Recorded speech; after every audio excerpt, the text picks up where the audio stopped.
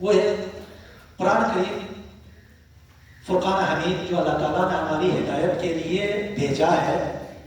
تو کوئی بھی کتاب اگر آپ نے اسکول میں نا انگلش وہ کتاب ہو یا کوئی جو بھی ہو وہ سبجیکٹ ہو, اردو ہے تو اس کو کیا ہے اسی زبان میں ہی ہم پڑھتے ہیں. اگر آپ کا ٹیچر انگلش کو صحیح نہ پڑھے کہیں پر تو کیا ہے آپ کو ٹوکتے ہیں نہیں بھیا ٹھیک طرح سے پڑھا کرو. اردو اگر کوئی غلط پڑھے, ہم جیسے جو غیر اہل زبان ہے مثلا جیسے لیکن تو غلط پڑھے تو جو اہل زبان ہے وہ ہمارے دوست کبھی اس کو صحیح پڑھا کرو یار مثلا کہتے ہیں. لہٰذا انسان کو کوشش کرنی چاہیے ہر وہ زبان جو آپ اور میں استعمال کرتے ہیں اسی کو اسی زبان میں ہی پڑھا جائے اور کیا ہے اسی کو سمجھایا جائے. یار قرآن کریم اللہ تعالیٰ کی زبان ہے, جنت کی زبان ہے اور یہ عربی لہٰذا اس کو اسی انداز میں اسی الفاظ کے ساتھ اسی جو جس طرح سے ہمیں پڑھنے کے لیے کہا ہے قرآن کو اسی طرح سے ہی پڑھا جانا چاہیے. ورنہ کبھی کبھار کیا ہے بہت سارے غلط پڑھنے کی وجہ سے لفظ غلط ہونے کی وجہ سے الفاظ غلط ہونے کی وجہ سے معنی بھی بدل جاتے ہیں. معنی بدلنے کی صورت میں کیا ہے انسان کے لیے گناہ بھی آ جاتا ہے. کیوں؟ آپ اور میرے لیے امکان ہونے کے باوجود خصوصاً نماز میں اب باقی چیزیں چھوڑ سکتے. تلاوت تو قرآن وہ تو آپ مستحب عمل ہے قرآن تلاوت کی, قرآن کی جو تلاوت ہے. نماز عزیزہ نماز کیا ہے اللہ تعالیٰ نے آپ اور میرے لیے 5 وقت معین کی ہے تو اس کو کیا کس طرح سے پڑھنی چاہیے. اس کے جو سورے ہیں اس کے اذکار ہیں جو سب کو کیا ہے ٹھیک طریقے سے ان کو پڑھنا چاہیے.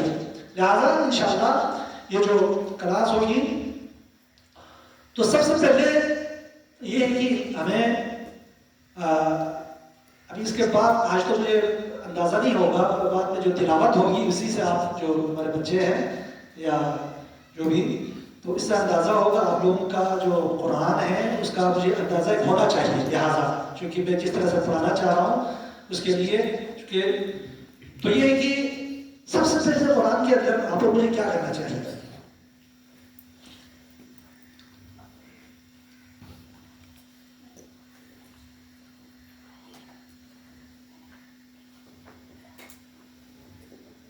روحانی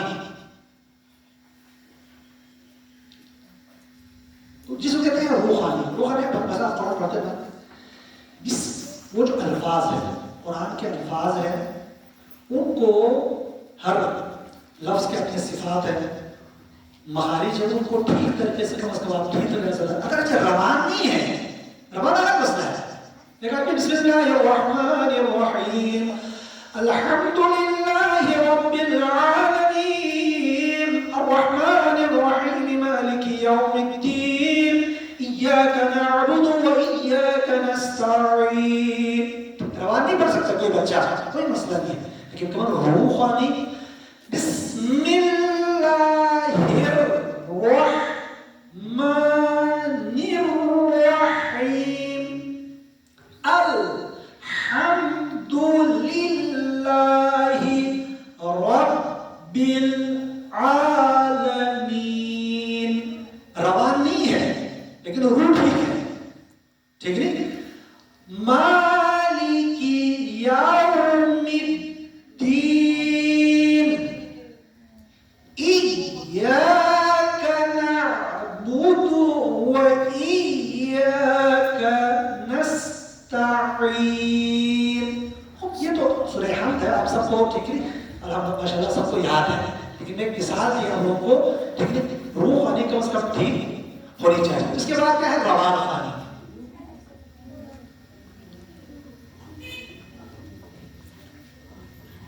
روان خانی کے اندر ہم کو کہیں پر کوئی وقف یا مطلب ٹھہراؤ اس میں نہیں ہونا چاہیے.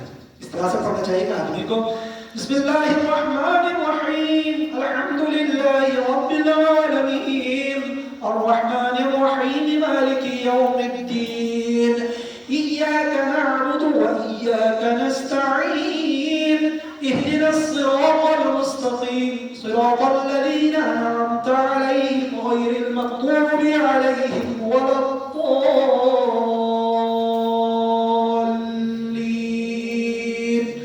اس کو ادھر روان خانی روان بالکل آپ ٹھیک. اب اس کے بعد اب ہم تجوید کی بات بعد میں کرتے ہیں ٹھیک ہے. انشاءاللہ ابھی ہم قرآن پڑھیں گے تو مجھے پتہ چل جائے گا کیا ہے کس کس کو تجوید کی ضرورت ہے اور کس کس کو مطلب یہ روح خانی اور روان خانی کو ٹھیک کرنے کی ضرورت ہے. لہٰذا سب سے پہلے یہ ٹھیک کرنے کی ضرورت ہے اور اس کے بعد یہ ٹھیک کرنے کی ضرورت ہے. پھر اس کے بعد کیا ہے تجوید کی نوبت آتی ہے ٹھیک. تجوید بعد کی بات ہے. تو لہٰذا سب سے پہلے روان خانی اور روح خانی. ایک بار درود پڑھی محمد وآل محمد پر آپ لوگ. اللهم صل محمد وآل محمد وعجل فرجهم.